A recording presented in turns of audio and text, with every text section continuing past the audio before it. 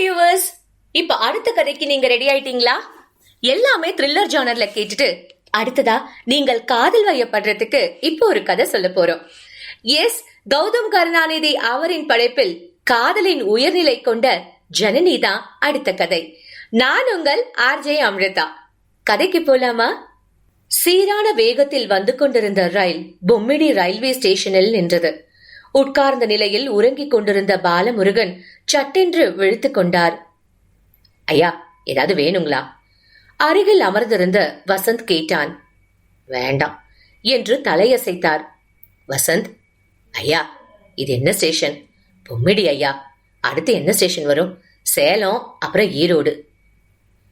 வசந்த் ஈரோடு என்று சொல்லும் போது பாலமுருகனின் விழிகள் மலர்ந்தன. வசந்த், தப்பா நினைக்கலனா ஒண்ணு கேட்கலாமா? ஐயா, என்னங்கய்யா இது? நீங்க போய் இப்படி கேக்குறீங்க? சொல்லுங்கய்யா, செய்யறேன். ஒன்னும் இல்ல, ஈரோட்ல இறங்கி ஒருத்தரை பார்த்துட்டு அதுக்கப்புறம் கோயம்புத்தூர் போலாமா? அவ்வளவுதானங்கய்யா, அப்படியே செய்வோம், விடுங்க. வசந்த் சொல்ல பாலமுருகன் புன்னகைத்தார். ஐயா, தமிழ்நாட்டுக்கு கடைசியா எப்ப வந்தீங்க? பாலமுருகன் புன்னகைத்தபடி சொன்னார். 20 வருஷம் ஆச்சு.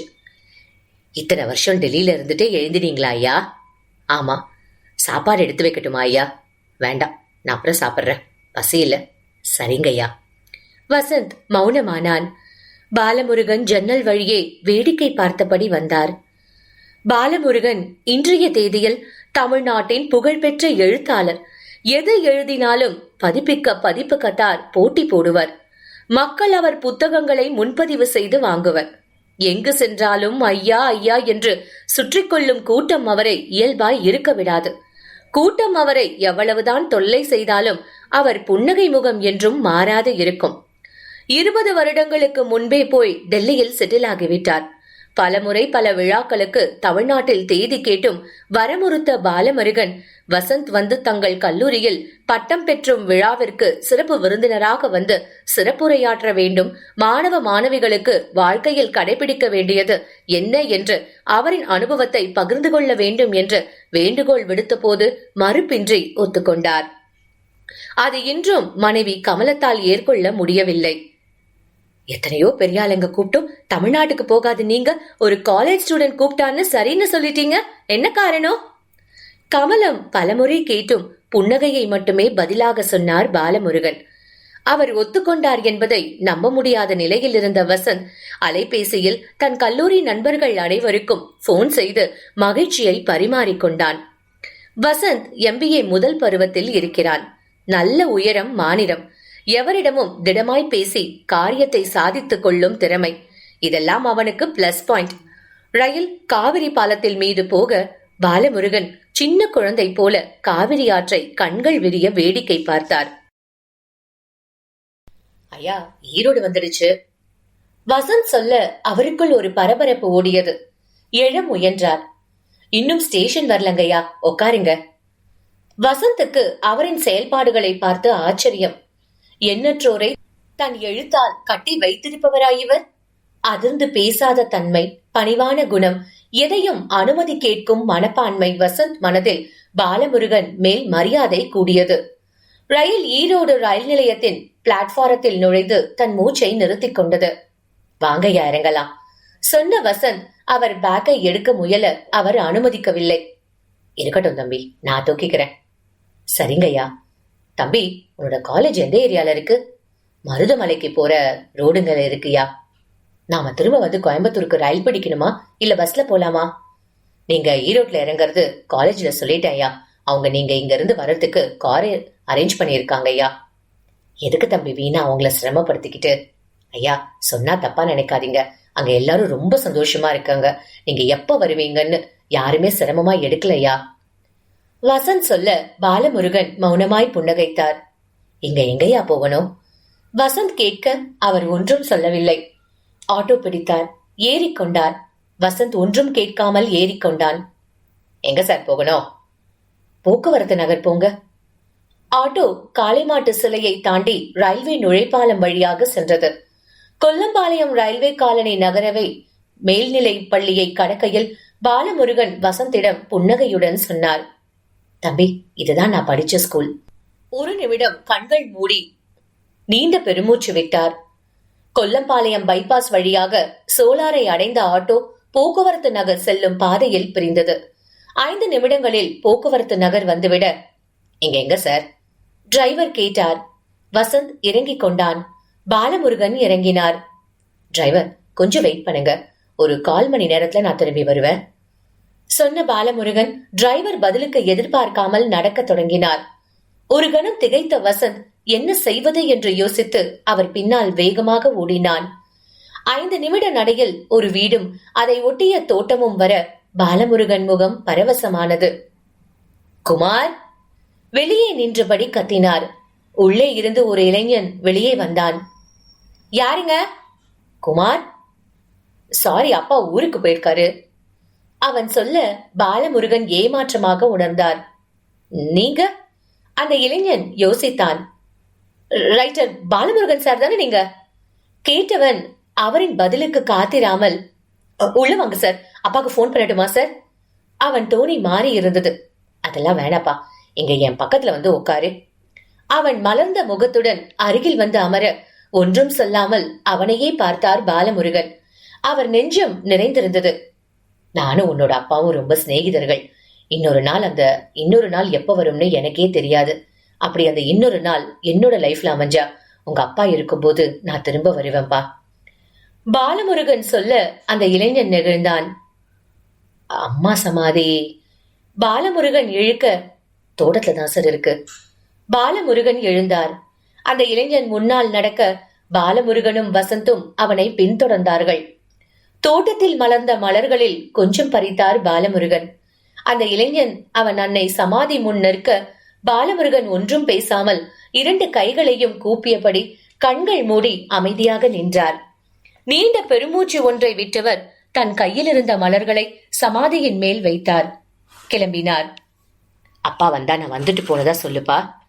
பாலமுருகன் சொல்ல அந்த இளைஞன் தலையசைத்தான். ஒன்றும் பேசாமல் நடந்த பாலமுருகன் ஆட்டோவில் ஏறினார். வசந்தும் ஏறிக்கொள்ள ஆட்டோ கிளம்பியது. ஐயா, சொல்லு வசந்த், நீ என்ன கேட்க போறன்னு எனக்கு தெரியும். யாருங்கய்யா இவங்க? 20 வருஷம் கழிச்சு தமிழ்நாட்டுக்கு வந்திருக்கிற நீங்க வழியிலேயே இறங்கி போய் அஞ்சலி செலுத்திட்டு வரீங்க. யாருன்னு தெரிஞ்சுக்க ஆர்வமா இருக்குங்கய்யா. தப்பா இருந்தா மன்னிச்சிடுங்க. பாலமுருகன் வசந்தை ஒரு நிமிடம் முற்று பார்த்தார். என்னோட கதையை நான் உனக்கு சொன்னா 1 மணி நேரம் எடுக்கும். பரவாயில்ல ஐயா, நாம கோயம்புத்தூர் போறதுக்கு இன்னும் 2 மணி நேரம் இருக்கே சொன்ன வசந்தை புன்னகையுடன் பார்த்தார் பாலமுருகன். இன்னொரு கண்டிஷன் இருக்கு. என்னங்கய்யா? நான் கதை சொல்லும் போது நீ அதை கேட்டு எங்கேயாவது அழுதுட்டா அப்படியே நிறுத்திடுவேன். சம்மதமா? அந்த கேள்வியை எதிர்பார்க்காத வசந்த் திகைத்தான். சரிங்கய்யா, நான் அழமாட்டேன், நீங்க சொல்லுங்க. பாலமுருகன் புன்னகைத்தார். இந்த 20 வருஷமா நான் தமிழ்நாட்டுக்கு உள்ள வரல. எல்லாம் காரணமாதான். ஆனா நீ வந்து கேட்ட உடனே நான் சரின்னுட்டேன். அதுக்கு என்ன காரணமா இருக்க முடியும்னு உனக்கு தோணுதா? நல்லா யோசிச்சு பார்த்த. என்ன காரணம்னு என்னால கண்டுபிடிக்க முடியலையா? பாலமுருகன் வசந்தை பார்த்து புன்னகைத்தார். நான் சொல்றேன். நீ படிக்கிற காலேஜ் பேரை சொல்லு. Janani arts and science college. அந்த பேருக்காக தான். அந்த பேர் என்னோட வாழ்க்கையை மாற்றி வச்ச பேர். ஒண்ணுக்கும் உபயோகம் இல்லாம அடுத்து என்ன பண்ண போறேன்னு தெரியாம விதிவிட்ட வழின்னு போயிட்டு இருந்த இந்த பாலமுருகன் வாழ்க்கைக்கு அர்த்தம் கொடுத்தது அந்த பேர் தான். பாலமுருகன் நெகிழ்ந்தார். பாலமுருகனுக்கு விழிப்பு வந்துவிட்டது. மணி பார்த்தான். இரவு 1 மணி. அருகில் மனைவி கமலம் உறங்கிக் கொண்டிருந்து எழுப்பலாமா என்று யோசித்தான். தன் தேவைக்காக நன்றாக தூங்கும் மனைவியை எழுப்புவதா? மனசாட்சி கேட்க மனம் சொன்னது, இப்போதெல்லாம் உங்களுக்கு எதுவும் நடப்பதில்லை. கடைசியாக எப்பொழுது? பாலமுருகன் யோசித்து பார்க்க 2 மாதங்களுக்கு முன்னால் என்று தோன்றியது. அதுவும் சரியாக நினைவில்லை. எப்பொழுது பாலமுருகன் முயன்றாலும் கமலம் ஏதாவது காரணம் சொல்வாள். இப்போதெல்லாம் நேரடியாக தாக்க ஆரம்பித்து விட்டாள். இவ்வளவு குறைச்சலா சம்பளம் வாங்கிட்டு இதெல்லாம் உங்களுக்கு எப்படி தோன்றது? ஊர்ல அவன் எப்படி இருக்கான் எனக்குன்னு வந்து வாய்ச்சிங்க. அடுத்த ஜென்மம்னு ஒண்ணு இருந்தா நாம பாத்துக்கவே கூடாது. கமலம் வழக்கமாக பேசும் அனைத்தும் பாலமுருகன் மனதில் வந்து போயின. எவ்வளவுதான் அவள் திட்டி பேசினாலும் அவள்தானே மனைவி. பாலமுருகன் பல நேரங்களில் காயப்பட்டாலும் வெளியே காண்பித்துக் கொள்ள மாட்டாள். சமீப காலமாக அவனுக்கு தேவைப்படுகிறது. தனக்கு தேவைப்படுகிறது என்பதை நன்கு உணர்ந்திருந்தான். தன் தேவையை மனைவியிடம் தெரிவிக்க முயலும் போதெல்லாம் தாக்கப்பட்டான். இன்றும் ஏதாவது சொல்லிவிடுவாள், தூங்கிவிடலாம். பாலமுருகன் நினைக்கும் போது கமலம் அசைந்தாள். பாலமுருகன் மெதுவாக அவள் கையை பிடிக்க அவள் தட்டிவிட்டு திரும்பி படுத்தாள். பாலமுருகனுக்கு புரிந்தது. எழுந்து போய் ஒரு டம்ளர் தண்ணீர் குடித்தான். ஜன்னல் வழியாக பார்க்கும்போது மேக கூட்டங்களின் நடுவே முழுநிலா தெரிய பேனாவும் பேப்பரும் எடுத்துக்கொண்டு வந்து நாற்காலியில் அமர்ந்தான். வாசிக்கப்படாத கவிதை நான், நேசிக்கப்படாமலே இறந்தும் போவேனோ? போற்ற வேண்டாம் எவரும் என்னை, தூற்றிக்கொண்டே இருப்பதில் தோற்றுக்கொண்டே போகிறது மனம். மாற்றம் என்றாவது மலருமா? காய மாற்றிவிட எவரும் வருவரோ? எழுதி முடித்த கவிதையை படித்து பார்த்தான். மனம் பாராட்டியது. கவிதை நன்றாகத்தான் இருக்கிறது. அதே மனம் கேலி செய்தது. இனிமேல்தான் உன் வாழ்க்கையில் உன் காயத்தை ஆற்றிவிட யாரும் வரப்போகிறார்களா? ஏன், உன் வயது என்ன? நவம்பர் வந்தால் 39. பொய் சொல்லாதே, 39 தான். இல்லை, 40 வயது. மனம் சொல்ல பாலமுருகன் சிரித்தான். சரி, 40 வயது. இந்த 40 வயதில் இந்த மாதிரி எண்ணங்கள் வேண்டாம். சரியோ தவறோ, வாழ்க்கை எப்படி அமைந்ததோ அதை முழுவதுமாக ஏற்றுக்கொண்டு அப்படியே வாழ்ந்துவிட்டு போனால்தான் பேர் கெடாது. வாழத்தான் முடியவில்லையே, என்ன செய்வது? அது மட்டும்தான் வாழ்க்கையா என்ன? உனக்கு கொடுத்து வைத்தது அவ்வளவுதான். ஏன் எனக்கு மட்டும் வாழ்க்கை இப்படி அமைந்தது? எல்லோரும் கேட்கும் கேள்வி. நன்றாக யோசித்து பார்த்தால் எல்லோருக்கும் வாழ்க்கை நன்றாகத்தான் அமைந்திருக்கும். ஆனால் எது கிடைக்கவில்லையோ அதை எண்ணித்தான் எல்லோரும் இப்படி புலம்புவர். இல்லை, நிஜமாகவே என் வாழ்க்கை அப்படிதான். அடுத்த நொடியில் வாழ்க்கை நிச்சயமற்ற நிலையிலேயா நீ இருக்கிறாய்? இல்லை, பிறகு எதற்கு குறை கூறுகிறாய்? என்ன மௌனம்? ஒன்றுமில்லை. பாலா, இயல்பாக இரு. நடப்பவற்றை ஏற்றுக்கொள். எதையும் மாற்ற முயலாதே. எதற்காகவும் கவலைப்படாதே. சரி. பாலமுருகன் நாற்காலியில் அமர்ந்தபடியே தூங்கி போனான். மறுநாள் காலை பாலமுருகன் தான் வேலை பார்க்கும் பள்ளிக்கு செல்லும் பொழுது சரியாக 9 மணி. 9:30க்கு தான் அனைவரும் வருவர். அவன் எப்பொழுதும் அரை மணி நேரம் முன்பாக வந்து விடுவான். பேப்பரில் எதையாவது எழுதி கொண்டு அமர்ந்திருப்பான். வழக்கமாக கவிதைகள் எழுதுபவன் முதல் முறையாக ஒரு நாவல் எழுதியிருந்தான். அதை 3 காப்பிகள் நகல் எடுத்து தன்னுடன் பணிபுரியும் மூவருக்கு கொடுத்துவிட்டு அவர்கள் படித்துவிட்டு எப்படி இருக்கிறது என்று சொல்வதற்காக காத்திருந்தான். Good morning Balamurugan. வரதராஜன் புன்னகையுடன் சொல்ல, குட் மார்னிங் சார் என்றான் பாலமுருகன். சார், சொல்லுங்க பாலமுருகன். நான் கொடுத்த கதை. ஓ, போன வாரம் கொஞ்சம் பேப்பர்ஸ் கொண்டு வந்து கொடுத்தீங்க. அது கதையா? சாரி, நான் இன்னும் பார்க்கல. இந்த வாரம் நான் பிஸி. எப்ப டைம் கிடைக்குதோ அப்ப பாக்குறேன். Okay sir, thank you. பாலமுருகன் உள்ளுக்குள் வழக்கம் போல் ஏமாற்றமாக உணர்ந்தான். உடன் பணிபுரியும் வளர்மதியும் அருகில் சென்றான். வாங்க sir. Madam, good morning. Good morning sir, சொல்லுங்க. பாலமுருகன் பதில் ஒன்றும் சொல்லாமல் புன்னகைத்தான். வளர்மதி புரிந்து கொண்டாள். கொஞ்சம் படிச்சேன் சார். அப்புறம் வீட்டு வேலை ரொம்ப ஜாஸ்தி. இன்னும் முடிக்கல. முடிச்சிட்டு சொல்றேன். Thanks madam. தன் இருக்கையில் வந்து அமர்ந்தான். அது ஒரு தனியார் பள்ளி. Balamurugan office staff, clerk. அவனுடன் இன்னும் 8 பேர் பணிபுரிகின்றனர். மாணவர்களிடமிருந்து கட்டணம் வசூலிப்பது, வருகை பதிவேடு, பராமரிப்பு, ஆசிரியர்களுக்கு சம்பள பில் தயார் செய்வது, அவர்களின் விடுப்பு விவரங்களை குறித்து வைத்துக் கொள்வது, இவைதான் வேலை. பாலா, குரல் கேட்டு திரும்பி பார்த்தான் பாலமுருகன். உடன் பணிபுரியும் கணேஷ் நின்றிருந்தான். புன்னகைத்தான். என்ன அமைதியா உட்கார்ந்திருக்க? வழக்கமா ஏதாவது எழுதிட்டு இருப்ப? கணேஷ் கேட்டதற்கு பாலா வெறுமையாக புன்னகைத்தான். என்ன அர்த்தம் அதுக்கு? அர்த்தம் ஒன்னும் இல்லைன்னு அர்த்தம், அவ்வளவுதான். என்ன பதில் இது? சரி வா, காஃபி சாப்பிட போலாம். கணேஷ் அழைக்க பாலா எழுந்தான். இருவரும் கேண்டீனுக்கு சென்றனர். கணேஷ் 2 காஃபி டோக்கன்கள் வாங்கினான். பாலா, வேற எதுவும் சாப்பிடுறியா? கணேஷ் கேட்க வேண்டாம் என்று தலையசைத்தான் பாலா. காஃபி கப்களை எடுத்துக்கொண்டு டேபிளில் அமர்ந்தனர்.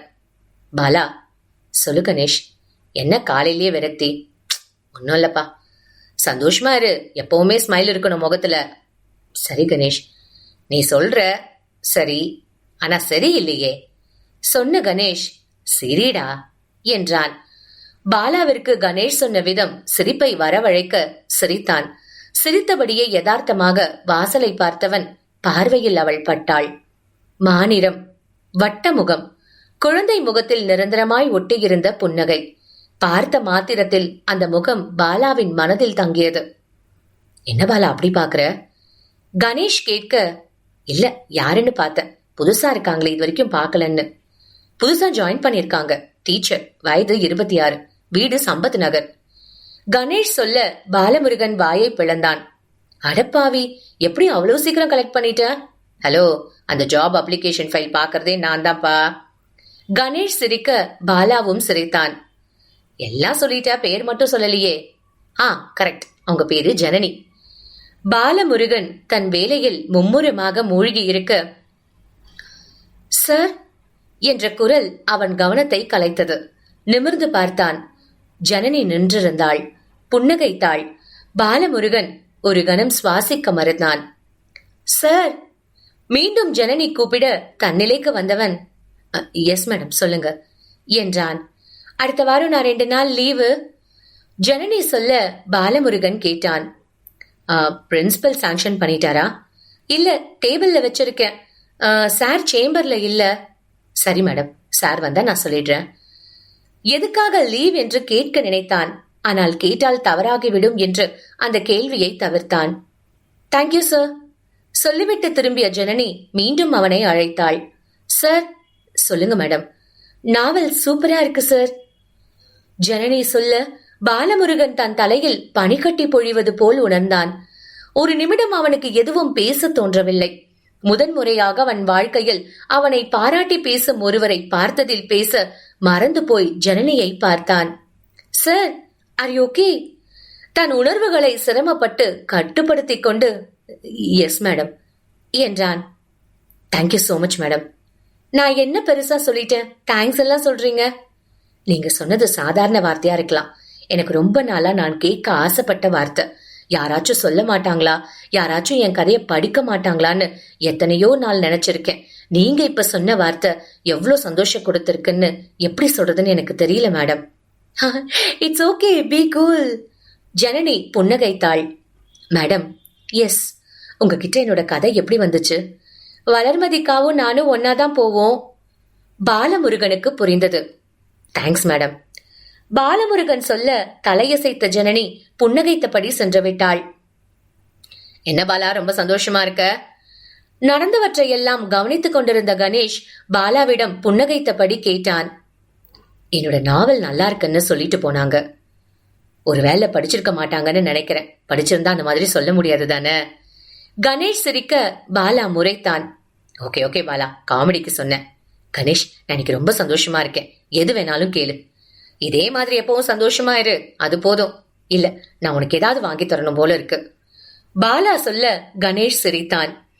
சரி, ஈவினிங் சிம்னி ரெஸ்டாரண்ட்ல டின்னர். கணேஷ் சொல்ல பாலா ஓகே என்று தலையசைத்தான். Chimney restaurant. மங்கலான வெளிச்சத்தில் கணேஷ் பாலா இருவரும் எதிரெதிரையே அமர்ந்தனர். பாலா, ஒன்னு சொல்ற, தப்பா நினைக்காத. சொல்லு கணேஷ், நீ என்னோட ஃப்ரெண்ட், எதுவானாலும் சொல்லு. ஜனனி வந்து கதை நல்லா இருக்குன்னு சொன்ன உடனே நீ ரொம்ப ஓவரா அவகிட்ட ரியாக்ட் பண்ண மாதிரி இருந்துச்சு. அப்படியா இருந்துச்சு? ஆமா, கெத்து எப்பவுமே இருக்கணும், அதை விட்டு கொடுக்க கூடாது, அப்புறம் மரியாதை போயிடும். இல்ல, திடீர்னு வந்து கதை நல்லா இருக்குன்னு சொன்ன உடனே ரொம்ப எமோஷனல் ஆயிட்டேன். கதை எழுதுனது நீ, கதை எப்படி இருக்குன்னு உனக்கு முதல்ல தெரிஞ்சிருக்கணும். மத்தவங்க நல்லா இருக்குன்னு சொன்னாலும் சரி, நல்லா இல்லைன்னு சொன்னாலும் சரி, அதனால அதிகமா பாதிக்கப்படக்கூடாது. நல்லா இருக்குன்னு சொல்றாங்களா, சந்தோஷம். நல்லா இல்லைன்னு சொல்றாங்களா, ரொம்ப சந்தோஷம். அவ்வளவுதானே. மைண்ட் செட் அப்படி பிக்ஸ் பண்ணிக்கோ, அதுதான் உனக்கு ரொம்ப நல்லது. சொன்ன கணேஷை புன்னகையுடன் பார்த்தான் பாலா. எப்படி கணேஷ் இவ்வளவு தெளிவா இருக்க? நாங்க பெரிய குடும்பத்துல இருக்கிறவங்க. எங்க அப்பா கூட பிறந்தது 4 பேரு. அவங்க குடும்பம், எங்க குடும்பம் எல்லாரும் ஒன்னா இருக்கோம்.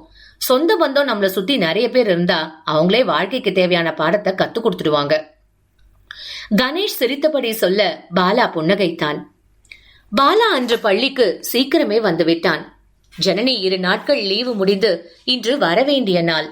வருகை பதிவேடு எடுத்து பார்த்தான். ஜனனியின் கையெழுத்து இல்லை. இன்னும் வரவில்லை போலிருக்கிறது. தன் இருக்கையில் போய் அமர்ந்தான். வழக்கமாக எதையாவது எழுதுபவன் அன்று ஒன்றும் எழுதாமல் வாசலை பார்த்தபடியே இருந்தான். தன் இருக்கையில் போய் அமர்ந்தான். அவன் விழிகள் மலர்ந்தன. ஜனனி அன்று மலர்ந்த பூவை போல் புதிதாய் அவனுக்கு தென்பட்டாள். Good morning sir. ஜனனி சொல்ல, குட் மார்னிங் மேடம், லீவ் முடிஞ்சதா? புன்னகைத்தாள். ஊருக்கு போயிருந்தீங்களா? பாலமுருகன் ஒருவாறாக கேட்டுவிட ஜனனியின் முகம் மாறியது. எனக்கு இன்னும் யாரும் இல்ல சார். சொன்னவள் போய்விட்டாள். பாலமுருகன் திகைத்து நின்றான். அப்படி என்றால் என்ன பொருள்? எனக்கு இன்னும் யாரும் இல்ல சார். சொந்தம் ஒன்றுமில்லை என்று எடுப்பதா? அப்படி என்றால் ஜனனி யாரும் இல்லாத பெண்ணா? அன்று காலையில் பாலாவிற்கு வேலை ஓடவில்லை. மாலை 3 மணிக்கு கேன்டீனுக்கு போன பாலாவின் பார்வையில் ஜனனி பட்டுவிட, சாரி மேடம், நான் கேட்டது தப்பு. பாவமாய் முகத்தை வைத்துக் கொண்டு சொன்னான். ஐயோ சார், நான் உண்மையாதான் சொன்னேன். நிஜமாவே எனக்குன்னு யாரும் இல்ல. சின்ன வயசுலயே பேரண்ட்ஸ் தவறிட்டாங்க. நானும் என்னோட ஃப்ரெண்ட் ஒருத்தியும் சம்பத் நகர்ல வீடு எடுத்து தங்கியிருக்கோம். சொன்னவள் பாலமுருகனிடம் இயல்பாய் திரும்பி கேட்டாள். காஃபியா டீ? காஃபி. காஃபி வாங்கிக் கொண்டு சென்று அமர்ந்தனர். இல்ல, 2 நாள் லீவுன்னு சொன்ன உடனே டக்குன்னு தோணுச்சாதான் கேட்டேன். எங்க ஃப்ரெண்டு ஒருத்திக்கு மதுரையில கல்யாணம், அதான் போயிருந்தேன். ஓ, ஓகே மேடம். சார், ஒன்னு சொல்லவா? சொல்லுங்க மேடம். மேடத்தை கட் பண்ணுங்க, ரொம்ப வயசான ஃபீல் வருது. ஜனனின்னு கூப்பிடுங்க. ஐயோ, நீங்க டீச்சருங்க. அது பசங்களுக்கு, உங்களுக்கு இல்ல. ஜனனி புன்னகைக்க பாலா சிரித்தான். அப்போ நீங்களும் பாலானே கூப்பிடலாமே. நிஜமா நான் கூப்பிடுவேன். அப்புறம் ஏண்டா கூப்பிட சொன்னீங்கன்னு நீங்க வருத்தப்படக்கூடாது. ஜனனி சொல்ல பாலா புன்னகைத்தான். நிஜமா தான் சொல்றேன். ஓகேங்க, எனக்கு உங்க கூட கொஞ்சம் பேசணும்னு தோணுச்சு. ஜனனி சொல்ல பாலாவிற்கு மீண்டும் அவன் தலையில் அருவி கொட்டியது போல உணர்ந்தான். சொல்லுங்க. உங்க நாவல் நல்லா இருக்கு, ஆனா பிரசன்டேஷன் இன்னும் கொஞ்சம் இம்ப்ரூவ் பண்ணணும். என்ன பண்ணணும்? பாராகிராஃப் ரொம்ப பெருசா இருக்கு. சின்ன சின்ன வாக்கியங்களா பிரிச்சு எழுதுங்க. வசனங்கள் கரெக்டா மேற்கோள் காட்டுங்க. ஒரு சாப்டருக்கோ இன்னொரு சாப்டருக்கோ தொடர்பு நல்லா இருந்தாலும் ஒவ்வொரு சாப்டர் முடிவிலையும் ஒரு குட்டி சஸ்பென்ஸ் வைங்க. இதெல்லாம் பண்ணீங்கன்னா எப்போ உங்க புக் வரும்னு எல்லாரும் காத்திருப்பாங்க. நிஜமாவா சொல்றீங்க? சத்தியம். நீங்க ஜெயிச்சதுக்கு அப்புறம் நினைச்சு பாப்பீங்க. ஜெயிக்கிறனோ இல்லையான்னு தெரியல, ஆனா நீங்க சொல்றத கேட்கும் போது ரொம்ப நல்லா இருக்குங்க. ரொம்ப நன்றிங்க. காஃபி ஆறுது பாலா. சொன்ன ஜனனி சட்டென்று தன் நாக்கை கடித்து கொண்டாள். சாரி, பேர் சொல்லிட்டேன். ஜனனி சொல்ல பாலா புன்னகைத்தான். நீங்க என்ன பேர் சொல்லியே கூப்பிடுங்க. என்னோட பேர் இப்பதான் அழகா இருக்கிற மாதிரி ஃபீல் பண்றேன். அலுவலக பணிகள் முடிந்த ஒரு மாலை வேலை. பாலா அமைதியாக உட்கார்ந்திருந்தான். பள்ளி வெறிச்சோடு இருந்தது. பள்ளியின் வேலை நேரம் மாலை 3:30 வரை மட்டுமே. பள்ளியின் அலுவலகம் 5 மணி வரை இயங்கும். வேலையை பொறுத்து அது 6 மணி வரை கூட போகும். பாலாவிற்கு வீட்டை விட அலுவலகம்தான் பிடித்திருந்தது. சில நேரங்களில் வேலை சீக்கிரமாக முடிந்தால் கூட வேண்டுமென்று தாமதித்துதான் வீட்டுக்கு செல்வான். இன்று அனைவரும் போய்விட்டனர். என்ன செய்வது? பாலா யோசித்தான்.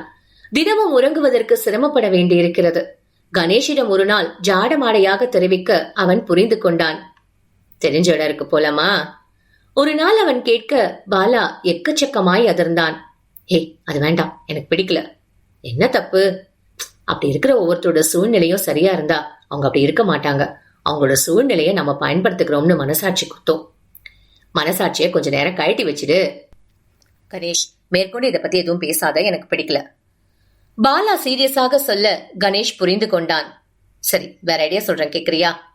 என்ன சொல்லு? பாட்டில்? பாட்டிலா? ஆமா, டெய்லி நைட்டு 2 ரவுண்டு சாப்பிட்டு நல்லா தூக்கம் வரும். கணேஷ், சொல்லு பாலா. தப்பா நினைக்கலன்னா நீ என் கூட வர முடியுமா வாங்குறதுக்கு? ஏன்? எனக்கு ஒரு மாதிரி இருக்கு, யாராச்சும் பார்த்துட்டா என்ன பண்றதுன்னு. பாலா சொல்ல கணேஷ் விழுந்து விழுந்து சிரித்தான். தமிழ்நாட்டுல பாட்டில் வாங்க இந்த அளவு யோசிக்கிற ஒரு ஆள் நீதான் பாலா. கவர்மெண்டே கடை நடத்துது. மூளைக்கு மூளை கடை வச்சிருக்காங்க. சின்ன பசங்க எல்லாம் போய் சர்வசாதாரணமா வாங்குறாங்க. யாரும் எதை பத்தியும் கட்டுக்க மாட்டாங்க. உண்மையான சமத்துவம் அந்த கடையோட வரிசையில போய் நின்னு பாரு, புரியும். கணேஷ் சிரித்தபடி சொல்ல பாலாவிற்கு ஓரளவுக்கு நம்பிக்கை பிறந்தது. இன்று எப்படியும் போய் ஒரு பாட்டில் வாங்கி விடுவோம் என்று தீர்மானித்தான். பைக்கை ஸ்டார்ட் செய்தான். 10 நிமிட பயணத்தில் அந்த அரசு மதுபான கடை வந்தது. பாலா தயக்கமாய் சுற்றும் முற்றும் பார்த்தான். யாரேனும் தெரிந்தவர்கள் இருக்கிறார்களா?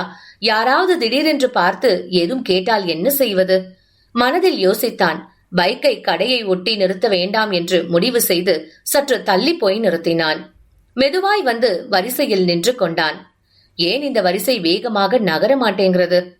ஒரு வழியாக அவன் முறை வரும்போதுதான் அவனுக்கு புரிந்தது, நிறைய பிராண்டுகள் இருக்கின்றன, எதை வாங்குவது என்று கேட்கலாம் வந்துவிட்டோம் என்று. என்னையா வேணும்? கம்பி கூண்டில் நின்ற கடைக்காரன் கேட்க, ஏதாவது கொடுங்க என்று பாலாவை அவன் விசித்திரமாகவும் கோபமாகவும் பார்த்தான். எவ்வளவு காசு வச்சிருக்க? 500 ரூபாய் இருக்கு. அவன் உள்ளே சென்று ஒரு பாட்டிலை எடுத்து கொடுத்தான். 500 ரூபாய் தாளை வாங்கிக் கொண்டு மீதி 100 ரூபாயை தந்தான். சட்டென்று பாட்டிலை வாங்கிக் கொண்டு பாலா வெளியே வந்தான். விரைவாக பைக்கை அடைந்த பாலாவை, பாலா என்றும் குரல் திரும்பி பார்க்க வைத்தது. ஜனனி நின்றிருந்தாள். பாலா மிகவும் அவமானமாய் உணர்ந்தான். கையில் பாட்டிலுடன் இருப்பது ஜனனி பார்த்து விட்டாள். வந்து என்று ஏதோ பேச முற்பட பாலாவை பேச விடாமல் முறைத்தாள். கொஞ்சம் என் கூட வாங்க. ஜனனி கூப்பிட பாலா ஒன்றும் சொல்லாமல் அவள் பின் நடந்தான். அருகில் இருந்த ஒரு காஃபி ஷாப்பில் நுழைந்தனர். எதிரில் அமர்ந்தனர். கொஞ்ச நேரம் இருவரும் ஒருவரோடொருவர் ஒன்றும் பேசிக் கொள்ளவில்லை. பாலா தலை குனிந்தபடி அமர்ந்திருக்க ஜனனி கேட்டாள், என்ன பாலா, நீங்க இப்படியா? நான் நினைச்சு கூட பாக்கல. நீங்க எவ்வளவோ உயரத்துக்கு போக போறீங்க. நான் சொல்றேன், இது நிச்சயம் நடக்கும். இந்த பழக்கம் உங்களுக்கு நிச்சயம் நல்லதில்ல. யோசிச்சு பாத்தீங்களா? நீங்க ட்ரிங்க் சாப்பிட்டா உங்க மனைவி கஷ்டப்பட மாட்டாங்களா? அவங்களுக்குன்னு 1000 உணர்வுகள் இருக்கும். அவங்க பாவம் இல்லையா? அவங்க ஒன்னும் சொல்ல மாட்டாங்களா? மனைவியோட உணர்வுக்கு மதிப்பு கொடுக்கணும் பாலா. ஜனனி வரிசையாக கேள்விகள் கேட்க பாலாவின் குனிந்த தலை நிமிரவில்லை. பாலா, உங்ககிட்ட தான் பேசிட்டு இருக்கேன், பேசுங்க. I am sorry. எதுக்கு சாரி? யோசிங்க பாலா. உங்களோட நாவல் படிச்சேன். உங்களுக்கு கற்பனை திறன் ரொம்ப ஜாஸ்தி. எழுத்து நட சான்ஸே இல்ல. இன்னும் கொஞ்சம் டியூன் பண்ணிக்கிட்டீங்கன்னா நீங்களும் ஒரு டாப் ரைட்டர் தான். பாலாவின் அமைதி ஜனனியை துணுக்குற செய்தது. பாலா, உங்ககிட்ட நான் ரொம்ப உரிமை எடுத்துக்கிறேனா? அப்படி நினைச்சா சொல்லிடுங்க. I am extremely sorry. ஐயோ ஜனனி, அப்படிலாம் இல்ல. தன்னையும் மீறி ஜனனியின் பெயரை முதல் முறையாக சொல்லிவிட்ட பாலமுருகன் ஜனனி என்ன சொல்வாளோ என்று அவளையே பார்க்க ஜனனி புன்னகைத்தாள். ரொம்ப டென்ஷன் ஆயிட்டீங்க போல, ஜனனின்னு கூப்பிட்டீங்க. ஜனனி சிரிப்புடன் சொல்ல பாலா புன்னகைத்தான். காஃபி சாப்பிடுங்க பாலா. தங்களுக்குள் முன்னிருந்த காஃபி கோப்பைகளை இருவரும் எடுத்துக்கொண்டனர். ஆமா, நீங்க என்ன இந்த பக்கம்? பாலா ஜனனியை கேட்க, பேப்பர் கரெக்ஷன் இருந்துச்சு. நான் ஸ்கூல்ல இருந்து லேட்டா தான் கிளம்பினேன். வழியில உங்க பைக்க பார்த்தேன். சரி வருவீங்கன்னு பேசிட்டு போலான்னு வெயிட் பண்ணேன். ஆனா பாட்டிலோட உங்களை பாப்பேன்னு நான் எதிர்பார்க்கல பாலா. ஜனனி புன்னகைத்தபடி சொல்ல, நிஜமா சொல்றேன், இன்னைக்குதான் ஸ்டார்ட் பண்ணலான்னு வாங்கினேன். ஏன் அப்படி என்ன கஷ்டம் உங்களுக்கு? ஜனனி பாலாவின் கண்களை பார்த்து கேட்க பாலா தடுமாறினான். ஒன்னும் இல்ல, விடுங்க. பரவாயில்ல, சொல்லுங்க. நிஜமாவே ஒண்ணும் இல்லைங்க. எதையும் மறைக்கிறீங்க. சரி, எப்ப சொல்லணுமோ அப்ப சொல்லுங்க. சொன்ன ஜனனி கேட்டாள். சரி, அந்த பாட்டில கொடுங்க. என்ன செய்ய போறீங்க? உடைச்சிடுறேன். ஐயோ வேண்டாங்க, அது 400 ரூபா. கடைக்காரன் கிட்ட திருப்பி கொடுத்துட்டு காசு வாங்கிடுறேன்.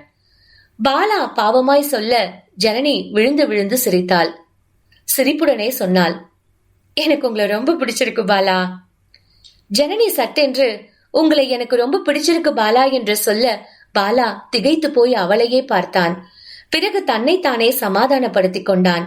இந்த பிடிச்சிருக்கு என்னும் ஒற்றை வார்த்தை செய்யும் குழப்பம் வேறு எந்த வார்த்தையும் செய்வதில்லை. பிடிச்சிருக்கு என்றால் எப்படி, எந்த வகையில் என்ற குழப்பம் மனதை அலைப்பாய வைக்கும். எண்ணற்ற வகையில் எதையெதையோ எண்ண வைக்கும். தானாக எதையாவது நினைக்க வைக்கும். வீணான கற்பனைகளை வளர்த்து வைக்கும். எல்லாம் ஒரு நாள் இல்லை என்றாகும் போது எவரையும் பார்க்க விருப்பம் இன்றி தனியே புலம்ப வைக்கும். இத்தனை இன்னல்கள் தேவையா? பேசாமல் அவளிடமே கேட்டு தெரிந்து கொள்வது நல்லதுதானே. பாலா கேட்டு தெளிவு பெறும் குழம்பாதே. மனசாட்சி ஆசைப்பட்டது. இதை போய் எப்படி ஒரு பெண்ணிடம் கேட்பது? எந்த வகையில் என்னை பிடித்திருக்கிறது என்று கேட்டால் என்ன நினைப்பாள்? தன் மீது ஆசைப்படுகிறானோ, அல்லது தன்னை அடைய முயற்சிக்கிறானோ, அல்லது தன் பதிலை பொறுத்து வேறெதுவும் திட்டம் தீட்டுகிறானோ என்று யோசிக்க மாட்டாளா? அப்படி எதுவும் தப்பி தவறி கேட்டு விடாதே, மனம் எச்சரிக்கை செய்தது. என்ன பாலா, ரொம்ப யோசிக்கிறீங்க? ஜனனி புன்னகையுடன் சொல்ல, என்ன ரியாக்ட் பண்றதுன்னு தெரியலங்க, அதான் என்றான்.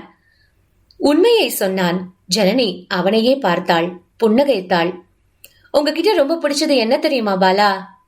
கேட்டவள் பாலாவின் ஆர்வமான விழிகளை பார்த்து அவளே தொடர்ந்தாள். வெளிப்படையா பேசுறது, மனசுல எதுவும் நினைக்காம டக்குன்னு கேக்குறது. ஜனனி சொல்ல, யார் நானா? எனக்குள்ள என்னையே நினைச்சு நானே குழம்புறேன்னு எனக்கு தானே தெரியும். தனக்குள் எண்ணியபடி பாலா அவளை பார்த்து புன்னகைத்தான். அப்ப நான் கிளம்பட்டுமா பாலா? மறக்காம கடையில கொடுத்து காசு வாங்கிடுங்க. பாட்டிலை காண்பித்து ஜனனி சொல்ல பாலா புன்னகையுடன் தலையசைத்தான். கையசைத்து ஜனனி விடை பெற்று போய்விட தென்றல் புயலாக அடித்து ஓய்ந்தது போலிருந்தது பாலாவிற்கு. மனம் முழுவதும் இனிமையான பரபரப்பு ஓடியது. உற்சாகமாய் விசிலடிக்க தோன்றியது. பாட்டிலை பார்த்தான். கடையில் மீண்டும் கொண்டு போய் கொடுக்க, அப்பவே நினைச்ச உன்னை பத்தி என்னும் கேவலமான பார்வையில் சுட்டரித்தபடி கடைக்காரன் வாங்கிக் கொண்டு காசு திரும்பி கொடுத்தான். வீட்டிற்கு சென்றவனின் உற்சாகமான முகத்தை பார்த்த கமலம், என்ன ரொம்ப சந்தோஷமா இருக்கீங்க? கமலம், நான் எழுதின கதை நல்லா இருக்குன்னு ஒரு டீச்சர் சொன்னாங்க. ரொம்ப சந்தோஷமா இருக்கேன். இந்த மாதிரி உருப்படான வேலை தான் நீங்க பண்ணுவீங்க. உங்க வயசுல ஆம்பளைங்க எப்படி இருக்காங்க, பணம் சேர்க்கறதுல எவ்வளவு குறியா இருக்காங்கன்னு தெரியுமா? அது இல்ல கமலம், நான் என்ன சொல்றேன்னா, பேசாதீங்க. பண்றது உருப்படி இல்லாத வேலை, அதை யாரோ படிச்சுட்டு நல்லா இருக்குன்னு சொன்னாங்கன்னு என்கிட்ட வந்து சொல்லாதீங்க. கமலம் சொல்ல பாலாவிற்கு பால் பொங்கிய போது தண்ணீர் ஊற்றியது போல் சப்பென்று ஆனது. சோஃபாவில் வந்தமர்ந்த கமலம் டிவியை ஆன் செய்தாள். தனக்கு பிறந்த குழந்தையை ஒருவன் வேறு யாருக்கோ பிறந்தது என்று சந்தேகப்பட்டு மனைவியை திட்டும் காட்சி ஓடிக்கொண்டிருந்தது. அதுவும் அந்த நாயகன் முகம் காண சகிக்கவில்லை. கோபப்படுகிறேன் என்று இஷ்டத்திற்கு தன் முகத்தை மாற்றிக்கொண்டு க்ளோஸ்அப்பில் காட்சிகள் வர கமலம் ரசித்து பார்க்க தொடங்கினாள்.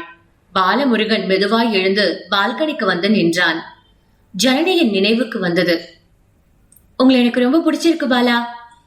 ஜனனி சொன்னது மீண்டும் மீண்டும் நினைவிற்கு வந்தது. உனக்கு என்ன பெண்ணே, ஒரு முறை சொல்லிவிட்டு சென்று விட்டாய். 1000 முறை என்னையும் இன்னும் நினைத்து பார்க்க சொல்கிறதே என் மனம். இருட்டில் முடங்கி கிடந்தேன் நான். வெளிச்சத்தை விழிகளில் கடத்துகிறாய் என்னுள். பாழும் என் மனம் பாவையுள் விழிகளிலேயே பட்டுக்கொண்டிருக்க பேராசை கொள்கிறதே கண்ணே. பால்கனிக்கு வந்து நின்ற பாலமுருகனின் மனதில் கவிதை பெருக்கெடுத்து ஓட தாளில் எழுதி வைக்கலாமா என்று யோசித்தான். எழுதி என்ன செய்ய போகிறாய்? கரெக்ட், எழுதி என்ன செய்ய போகிறேன்? ஒன்னும் செய்ய போவதில்லை. பாலா புன்னகைத்துக் கொண்டான். அவள் பாவம், அவளுக்கு இன்னும் வாழ்க்கை தொடங்கவே இல்லை. அவள் வாழ்க்கைக்கு எந்த விதத்திலும் தான் தொல்லையாக இருக்கக்கூடாது நினைத்தான். ஜனனியின் குழந்தை முகத்தில் புன்னகையை முதலில் கேண்டீனில் பார்த்தது நினைவுக்கு கொடுத்து பார்த்தான். பாலா, இந்த பிடிச்சிருக்கிறதுக்குன்னு அர்த்தம் ரொம்ப சாதாரணம், வேற எந்த அர்த்தமும் எடுத்துக்காத. என்ன? சரி, எடுத்துக்கல. டேபிள் மேல உப்புமா இருக்கு. கமலத்தின் குரல் ஹாலில் இருந்து கேட்க பாலாவிற்கு புன்னகை வந்தது. 4 நாட்கள் கழிந்திருந்தன. பாலா என்னதான் தன் மனதிற்கு கட்டுப்பாடுகள் விதித்துக் கொண்டாலும் ஜனனி அவன் முன் வந்து பாலா என்றால் தன்னையும் மீறி பாகாய் உருகி போனான். ஒரு நாள் அவளை பார்க்கவில்லை என்றாலும் எதையோ இழந்தாற்போல் எதிலும் பிடிப்பின்றி இருந்தது அவன் மனம். அன்று உணவு இடைவேளை முடிந்து தன் இருக்கையில் அமர்ந்து பாலா வருகை பதிவு விவரங்கள் கம்ப்யூட்டரில் டைப் செய்து கொண்டிருக்க கணேஷ் அழைத்தான். பாலா, உனக்கு ஒரு ரெஜிஸ்டர் போஸ்ட் வந்திருக்கு. கணேஷ் சொல்ல பாலா நிமிர்ந்து பார்த்தான். தபால்காரர் நின்றிருந்தார். புன்னகைத்தார். குழப்பத்துடன் கையெழுத்து போட்டு கவரை வாங்கிய பாலா கவரை பிரித்தான். உள்ளே ஒரு கடிதமும் ஒரு செக்கும் இருந்தன. என்னவென்று பார்த்தான். மதிப்பிற்குரிய பாலமுருகன் அவர்களுக்கு தங்கள் நாவல் ராணிமுத்துவில் பரிசுரிக்க தேர்ந்தெடுக்கப்பட்டுள்ளது என்பதை தெரிவித்துக் கொள்கிறோம். இத்துடன் தொகை 5000 ரூபாய்க்கான காசோலையும் இணைக்கப்பட்டுள்ளது என்பதை தெரிவித்துக் கொள்கிறோம். பெற்றுக்கொண்டமைக்கு அக்னாலஜ்மெண்ட் அனுப்பும்படி கேட்டுக்கொள்கிறோம். எடிட்டர் ராணிமுத்து. பாலாவுடன் ஒட்டி நின்ற கணேஷ் எல்லாவற்றையும் படித்தான். வாவ், கலக்கிட்ட பாலா, கைய கொடு. பாலா பேச்சற்று நின்றிருந்தான். எப்படி இது சாத்தியம்? பாலா, என்னாச்சு? கணேஷ் பாலாவின் முகத்தை பார்க்க பாலாவின் கண்கள் கலங்கி இருந்தன. கணேஷ், என்னால எதுவுமே நம்ப முடியல. ஏன்? நீ அனுப்பினது செலக்ட் ஆயிருக்கு, அவ்வளவுதானே? பெருமையா இருக்கு பாலா, உண்மையாவே. கணேஷ், சொல்லு பாலா, நான் கதையை அனுப்பல. என்ன சொல்ற? நீ அனுப்பலையா? ஆமா. அப்ப யார் அனுப்பினா? நான் தான் அனுப்பினேன் பாலா. எனக்கு நம்பிக்கை இருந்துச்சு கண்டிப்பா செலக்ட் ஆகும்னு. உங்களுக்கு சர்ப்ரைஸா இருக்கட்டும்னு தான் நான் உங்ககிட்ட சொல்லல. ஜனனி சொல்ல பாலா 2 கைகள் எடுத்து அவளை கும்பிட்டான். ஐயோ பாலா, என்ன பண்றீங்க? கைய கீழே இறக்குங்க. பாலா கைகளை கீழே இறக்கினான். நெகிழ்ந்திருந்தான். Writer sir. ஜனனி அழைக்க பாலா திகைப்பாய் பார்த்தான். இனி இப்படிதான் உங்களை எல்லாரும் கூப்பிடுவாங்க. புன்னகைத்தாள். மத்தவங்க எப்படி வேணாலும் கூப்பிட்டுட்டு போகட்டும், நீங்க என்ன பாலானே கூப்பிடுங்க. உங்க கதையை யாருமே படிக்கலன்னு ஃபீல் பண்ணுவீங்க. இனி தமிழ்நாடு ஃபுல்லா படிக்கும். சந்தோஷமா? ஜனனி கேட்க பாலா நெகிழ்ச்சியுடன் தலையசைத்தான். ஆமா, எனக்கு எதுவுமே தெரியல. நீங்க? ஜனனி கேட்க, சொல்லுங்க, என்ன வேணும் உங்களுக்கு? எது வேணும்னாலும் தர. பாலா சொல்ல ஜனனி அவனை தீர்க்கமாய் ஊடுருவி பார்த்தாள். தன்னையே ஊடுருவி பார்த்த ஜனனியை திகைப்பாய் பார்த்தான் பாலா. என்னாச்சுங்க, ஏன் ஒரு மாதிரி பாக்குறீங்க? பாலா, எனக்கு என்ன வேணும்னாலும் கொடுப்பீங்களா? நிச்சயமா. வாக்கு தவற மாட்டீங்க தானே? மாட்டேன். எனக்கு உண்மை வேணும். உண்மையா? ஆமா, எனக்கு உண்மைதான் வேணும். என்ன உண்மை? கொஞ்ச நாள் முன்னாடி பாட்டில் வாங்கினீங்களே, எதுக்கு? என்ன பிரச்சனை உங்களுக்கு? ஜனனி அதை ஞாபகம் வைத்து கேட்டாள். என்று பாலா எதிர்பார்க்கவில்லை. அதை விடுங்க, அது ஒண்ணும் இல்ல. பாலா பிளீஸ், வாக்கு கொடுத்திருக்கீங்க. ஜனனி பாலாவை நேர்பார்வை பார்த்தபடி புன்னகைத்தாள். கொஞ்ச நேரம் தயங்கிய பாலா சொல்ல ஆரம்பித்தான். இல்ல, நைட்டு தூக்கம் வர மாட்டேங்குது, அதான் ட்ரிங்க்ஸ் அடிச்சு பார்த்தாலாவது தூக்கம் வருமானு வாங்கினேன். ஆனா வாங்கின முதல் நாளே உங்ககிட்ட மாட்டிக்கிட்டேன். பாலா சொல்ல ஜனனி சிரித்தாள். தூக்கம் வரலன்னா நிறைய வழிமுறை இருக்கு. புக்கு படிக்கலாம், பாட்டு கேட்கலாம், இல்ல நீங்களும் உங்க மனைவியும் பால்கனில உட்காந்து பேசலாம், அவங்கள கொஞ்சலாம், இப்படி எத்தனையோ விஷயம் இருக்கு. ஆனா எதுவும் நடக்காம இருந்தா என்ன பண்றது? தன்னையும் மீறி எதையோ சொல்லிவிட்ட பாலமுருகன் சுதாரித்துக் கொண்டான். பாலா, என்ன சொன்னீங்க? திருப்ப சொல்லுங்க. கமகை. இல்ல, நத்திங், ஒன்னும் இல்ல. பிளீஸ் பாலா, உங்களுக்கு ஏதாவது பிரச்சனைனா என்கிட்ட சொல்ல தயங்காதீங்க. சந்தோஷத்தை பகிர்ந்தா அதிகமாகும், துக்கத்தை பகிர்ந்தா குறையும்னு உங்களுக்கு நல்லா தெரியும்ல. கொஞ்ச நேரம் யோசித்த ஜனனி பாலாவின் கண்களை பார்த்து கேட்டாள். பாலா, நீங்க சந்தோஷமா இல்லையா? புரியல. ஐ மீன், நீங்களும் உங்க மனைவியும்? பாலா மௌனமானான். சொல்லுங்க பாலா. அதான் பாட்டில் வாங்கிட்டு போகும்போதே தெரியலையா? பாலா மெதுவாக கேட்க, sorry Bala, I'm extremely sorry. நீங்க ஒன்னும் தப்பு பண்ணலங்க, சாரி சொல்லாதீங்க பிளீஸ். ஜனனி, ஒன்னு சொன்னா தப்பா நினைக்க மாட்டீங்களே? இல்ல, நீங்க சீரியஸா மூஞ்சி வச்சுக்கிட்டு வருத்தமா இருக்கிறது பார்க்கறதுக்கு சுத்தமா நல்லா இல்ல. உங்களுக்கு பெரிய பிளஸ் உங்க மகத்துல எப்பவுமே இருக்கிற அழகான பொண்ணுங்க, அது எப்பவுமே இருக்கணும், அப்பதான் எனக்கு உங்களை பிடிக்கும். பாலா சொல்ல ஜனனியின் கண்களில் மின்னல். சம்பத் நகர். பொழுது விடிந்திருந்தது. ஜனனி, ஜனனி!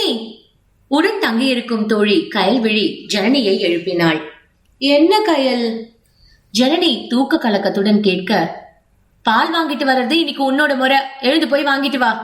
பிளீஸ் கயல், நீயே போயிட்டு வா, எனக்கு தூக்கம் வருது.